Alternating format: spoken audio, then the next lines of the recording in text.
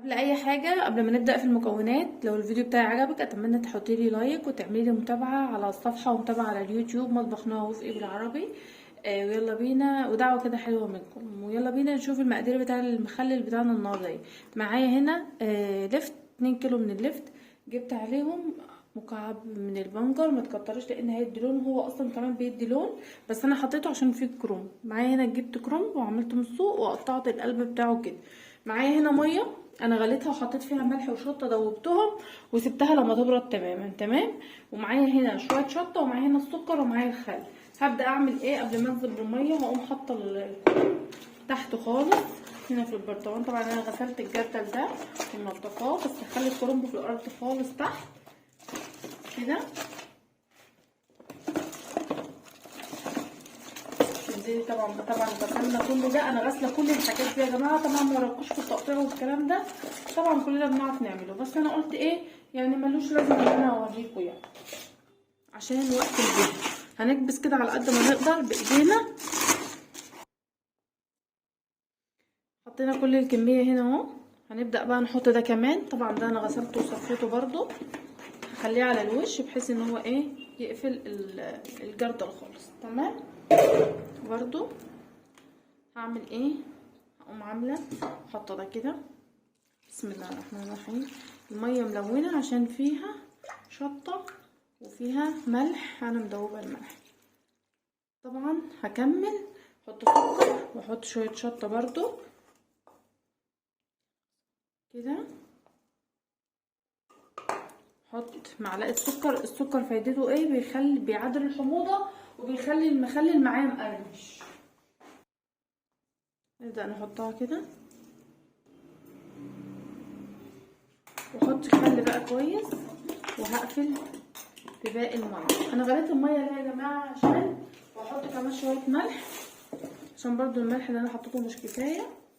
انا غليت الميه ليه؟ عشان يبقى ليه مده اطول في الشرشه، ان هي تفضل معاكي حلوه وما تريمش. عايزاها ما تريمش كمان.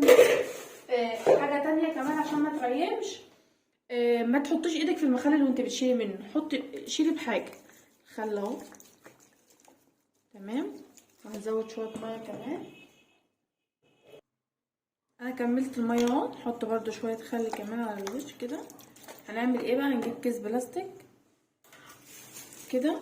الكيس البلاستيك ده فايدته ان هو بيمنع اي هوا ان هو يدخل. لو عندك برضو بقى حاجه تربطي كده قبل ما تحطي ده كده ونربط كده.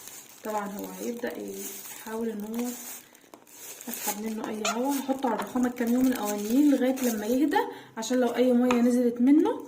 وهوريلكوا شكله لما يتخلل. هنبدأ بقى نفتح على المخلل بتاعنا بعد ما عدى عليه بالظبط 3 ايام، عشان نشوف بقى شكله عامل ازاي. مش عايزة اقول لكم الشكل الكامل. بسم الله الرحمن الرحيم. اللهم صل وسلم وبارك عليك يا حبيبي يا رسول الله. شايفين؟ اللهم صل على النبي. لايك بقى للفيديو. حط دي هنا كده. دايما لما تكوني بتقلبي تجيبي بكبشه او باي حاجه عشان ما تريمش معاكي، لا اما تغلي الميه. عايزه اوريكم بس الشكل اهو.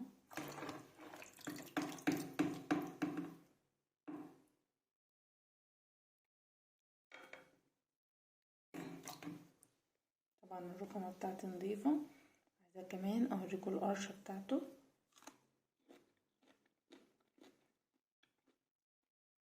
تحفه. طعمه كده الخل حلو فيه. اللهم بارك، يعني اللهم بارك. الكرنب شايفين؟ يا رب الوصفه بتاعتي تكون عجبتكم. هو الفيديو مش واخد كام دقيقه كده، بس انا حبيت اوريكم طريقه تخليل المخلل. ريحه وطعم، اقسم بالله انا بفتح البرطمان الريحه كده مهفهفه.